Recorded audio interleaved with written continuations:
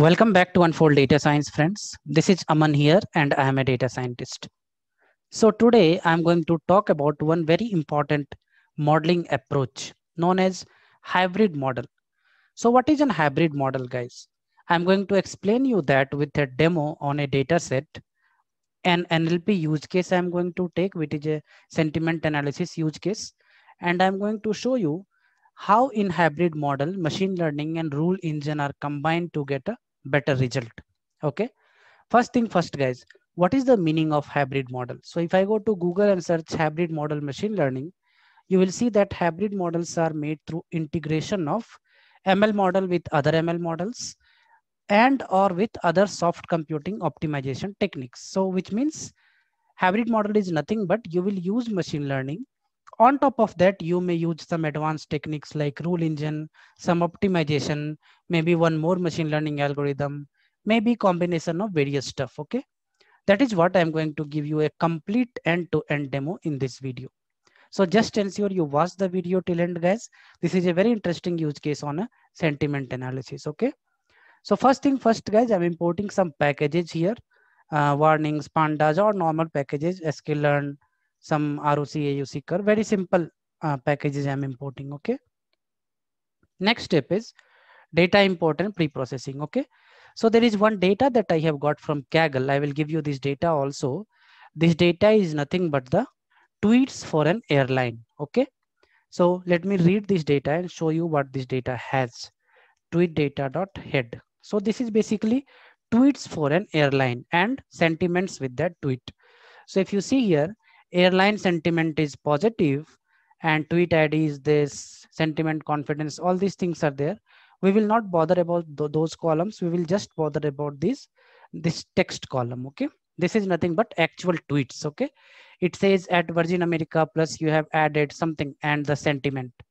So what I'm going to do, I'm going to just separate these two columns. Okay. So I'm creating a subset here. If I see what is there in my subset, then you will see that I am just taking those two columns here for the demo purpose. So there is one tweet and one sentiment, one tweet and one sentiment. For example, it says it's really aggressive to blast.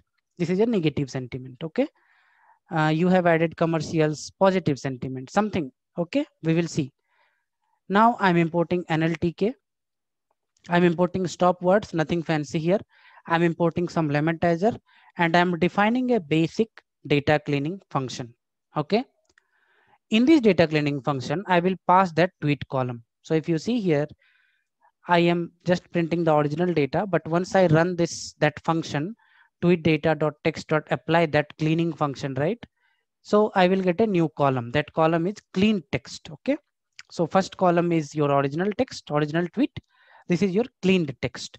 So you can see here, no at the rate, no apostrophe, no special symbols, no stop words. Those things have been removed. Okay. These things I have explained in my NLP playlist in detail. I will not go into much detail, but here you have to understand this is basic cleaning. Now let's go ahead and fit a basic machine learning model. Very simple, guys. Xtrain, xtest, ytrain, ytest. I'm splitting, which is our independent variable, clean text, which is our target variable, airline sentiment. Okay. I am taking a 90 and 10 ratio for train and test. Let me break it. Let me run a TF-IDF vectorizer. So what I'm doing here, I'm taking a TF-IDF vectorizer because I cannot pass the words as it is, right? So I'm creating a vector of that. I'm writing a fit transform, and xtrain I'm converting to TF-IDF vectors. Xtest also I'm converting to TF-IDF vectors. Very simple. Okay. I am taking the max features is equal to 10. I will tell you the reason of this. Okay. Max feature you can take 500, 200, 300, whatever. But here I am taking 10, which means I want to train model on 10 most occurring word. Okay. So let me run this first. And then here, if you see, I'm just training a multinomial naive Bayes. Okay. I'm giving xtrain vectors, ytrain, and then I'm predicting on ytest. So what I'm getting here, guys, if you see here, I'm getting nearly 82% of overall accuracy. Okay.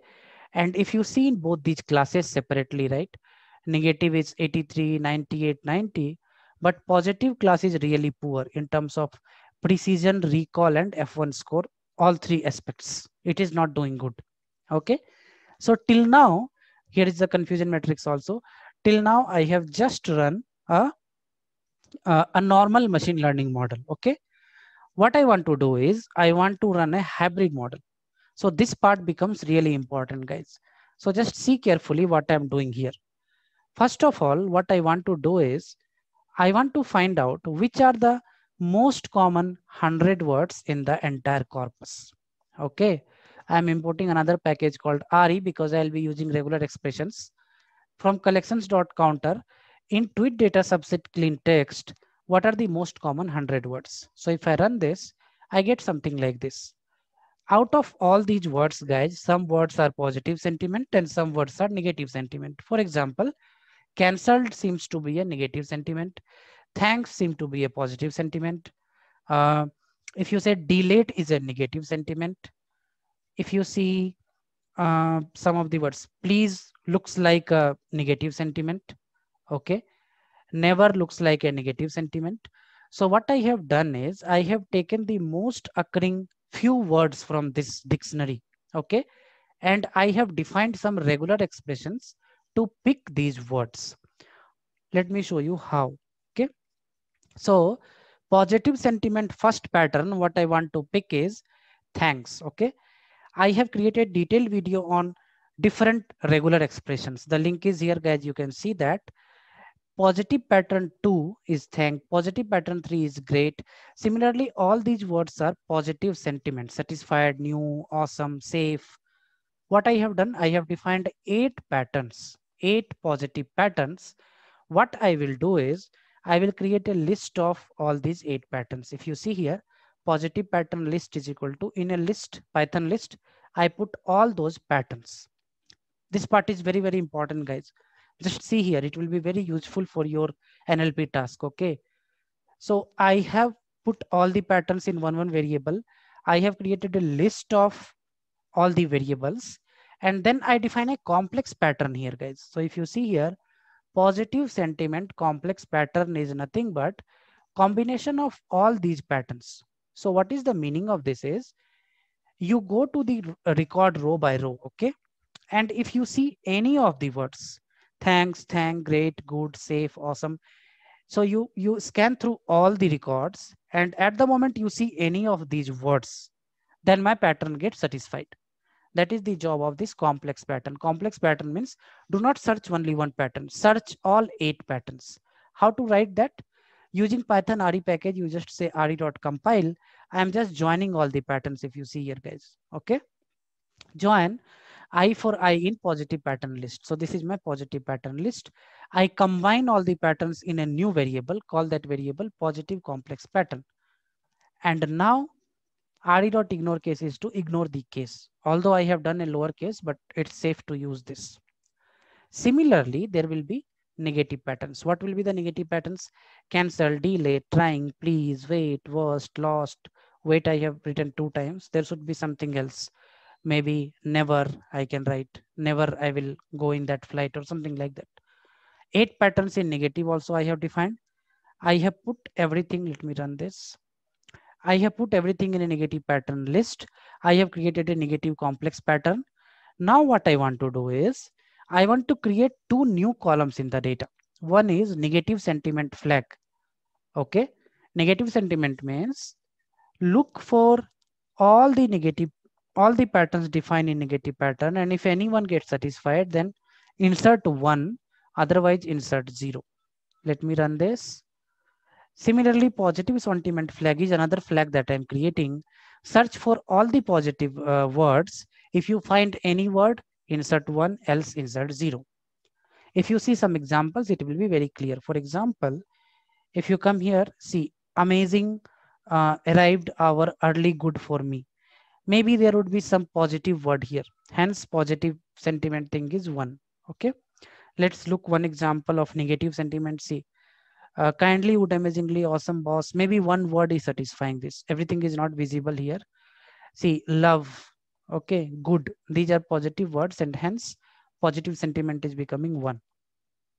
Now, how this model will be different from a plain model is, in plain model, only clean text column is going as the training data.